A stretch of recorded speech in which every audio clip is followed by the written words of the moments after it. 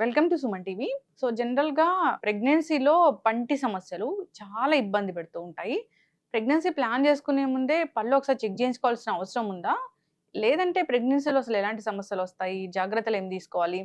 So during pregnancy ఏదైనా పంటి సమస్య వస్తే ట్రీట్మెంట్ కష్టం అని చెప్తూ ఉంటారు కదా! మిత్స్ ఏంటి? ఫ్యాక్ట్స్ ఏంటి? వివరాలు తెలుసుకుందాం. మనతో పాటు ప్రముఖ కాస్మెటిక్ డెంటల్ సర్జన్ డాక్టర్ సంస్కృతి ఉన్నారు. డాక్టర్ గారు నమస్తే అండి. నమస్తే అండి. ఇది ఎట్లా ఉంటదంటే ప్రెగ్నెన్సీలో కాంప్లికేషన్స్‌లో వన్ ఆఫ్ ద మేజర్ మనము మాట్లాడుకోవాల్సింది ఓరల్ హైజీన్, పంటి ఇష్యూస్ ఇలాంటివి. ఎందుకు అది అంత మ్యాటర్ అవుతది అసలు ప్రెగ్నెన్సీలో? పంటి సమస్యలు ఎందుకు ఎక్కువవుతాయి?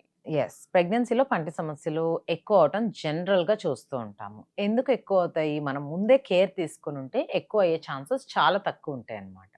మనం అంటే ఎవరైనా ఈ మధ్యన కాలంలో అందరూ ప్రెగ్నెన్సీ అనేది ప్లాన్ చేసుకునే చేసుకుంటున్నారు. ఆ ప్లాన్ చేసుకునే ముందు ఫస్ట్ ఒక డెంటిస్ట్‌నెళ్లి కలవండి. హ్మ్.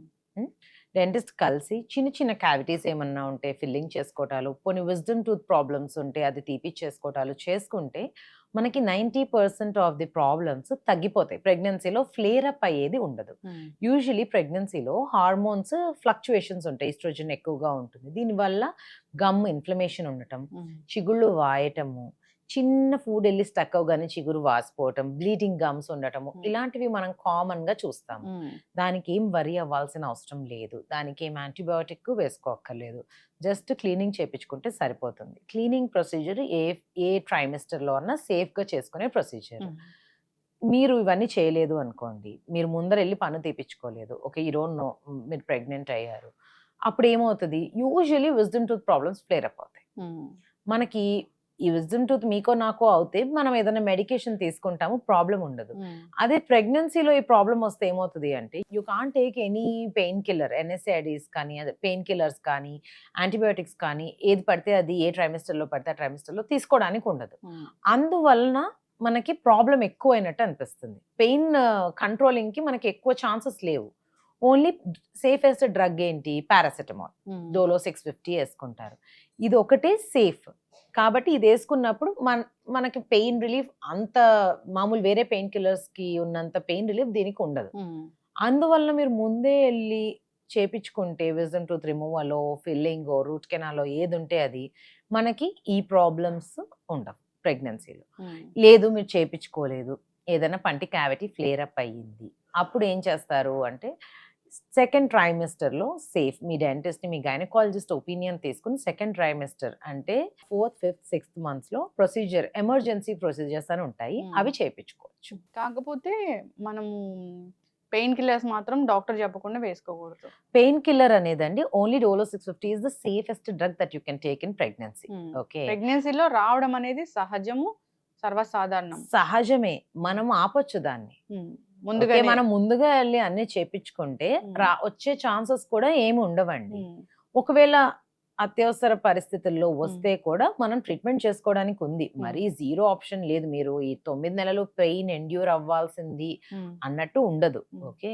మీరు సెకండ్ ట్రైమెస్టర్‌లో సేఫ్ పీరియడ్‌లో మనం ట్రీట్మెంట్ కూడా చేపిచ్చుకోవచ్చు. మేడం ఎప్పుడైనా పన్ను బాగా నొప్పి పెడుతుంది అన్నప్పుడు, నొప్పొస్తుంది ఇదే డ్యూరింగ్ ప్రెగ్నెన్సీ వాళ్ళకి మందులు కాకుండా జనరల్‌గా ఏదైనా ఒక సొల్యూషన్ లాంటిదో, ఒక కెమికల్ లాంటిదో ఇచ్చేసి ఒక 5, 6 నెలల వరకు నొప్పి రాకుండా అదే ఆపొచ్చా? అంటున్నాను. సెకండ్ ట్రైమెస్టర్‌లో చేసుకోవచ్చు. హ్మ్. ఫస్ట్ ట్రైమెస్టర్‌లో ఏంటి ఆర్గనోజెన్సిస్ జరుగుతుంది. అంటే పిండం యొక్క హ్మ్. ఆర్గాన్స్ ఫార్మ్ అవుతూ ఉంటాయి కదా! హ్మ్. ఎంబ్రియో నుంచి ఆర్గాన్స్ అప్పుడే స్టార్ట్ అవుతాయి. సెకండ్ ట్రైమెస్టర్ ఇది గ్రోత్ పీరియడ్ కాబట్టి ఆ పీరియడ్‌లో చేసుకోవచ్చు. లోకల్ అనస్థీషియా అడ్మినిస్టర్ చేసుకోవచ్చు. మీ గైనకాలజిస్ట్ క్లియరెన్స్ ఒకటే అడుగుతాము. హ్మ్. లోకల్ అనస్థీషియా వితౌట్ అడ్రినలిన్ అనేది చేసుకోవచ్చు ఓకే. ప్రెగ్నెన్సీలో. ఎప్పుడైనా పన్ను తీసేయాల్సిన అవసరం వస్తే? సెకండ్ ట్రైమెస్టర్‌లో తీసుకోవచ్చండి. హ్మ్. ఓన్లీ యాంటీబయోటిక్ ఇవ్వమింకా. హ్మ్. ఓన్లీ పెయిన్ కిల్లర్స్, డోలోతోనే కొంచెం పెయిన్‌గానే ఉంటుంది, ఇబ్బందిగానే. హ్మ్. ఇంకా ఎమర్జెన్సీ అయితే చేసుకుంటామది. హ్మ్. కానీ రాకుండా. అవన్నీ రాకుండా, హ్మ్. అంత కష్టాలు మీరు పడకుండా, హ్మ్. మీరు ముందే ఎళ్లి చూపించుకుంటే ఈ ప్రాబ్లమ్స్ ఏవి రావు. గమ్ ఇన్ఫెక్షన్ కామన్‌గా వస్తుంది. హ్మ్. గమ్ ఇన్ఫెక్షన్‌కి ఏముంది క్లీనింగ్ చేసుకుంటే సరిపోతుంది. హ్మ్. మెయింటైన్ చేసుకుంటే సరిపోతుంది. డయాబెటిస్‌లో కూడా ఇదే ప్రాబ్లమ్ వస్తది కదా? అవునండి. హ్మ్. డయాబెటిస్‌లో కూడా గమ్ డిసీజెస్, గమ్ ఇన్ఫెక్షన్ అదేంటంటే పెరిడాంటైటిస్ అంటాం. ఇది హ్మ్. జింజవైటిస్, అది పెరిడాంటైటిస్. పన్ను లూజ్ అయిపోయేదానికి ఛాన్సెస్ ఎక్కువుంటాయి. ఎందుకంటే గమ్ ఇన్ఫెక్షన్ మనకు తెలియకుండా లోపల లోపల ఫార్మ్ అవుతుంది. హ్మ్. డయాబెటిస్‌లో హీలింగ్ అనేది ఎర్లీగా ఉండదు. హ్మ్. ఓకే. హీలింగ్ కొంచెం డిలేడ్‌గా ఉంటుంది డయాబెటిస్‌లో.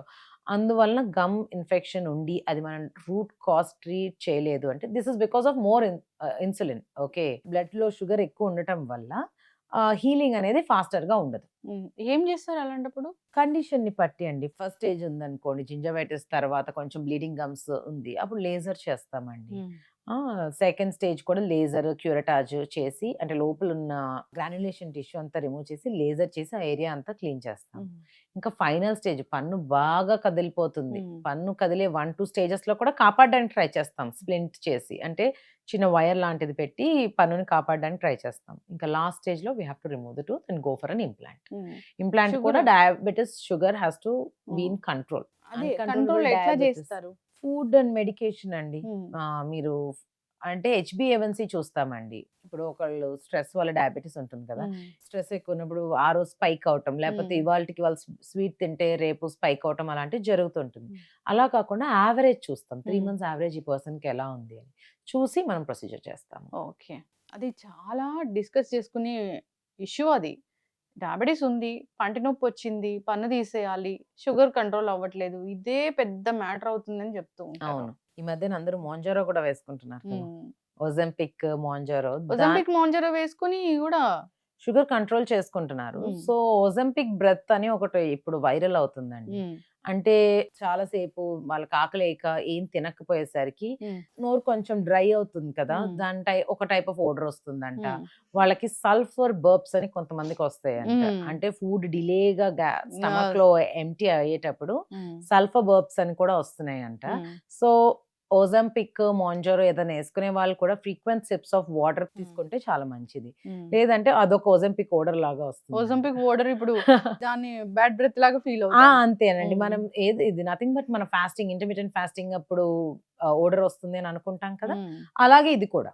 ఇప్పుడు ఇది కూడా ఇందులో కూడా వాళ్ళు ఫాస్టింగ్ చేస్తుంటారు కదా, చాలాసేపు తినరు. అలాంటప్పుడు కొంచెం ఓడర్ అనేది రావటం సహజం.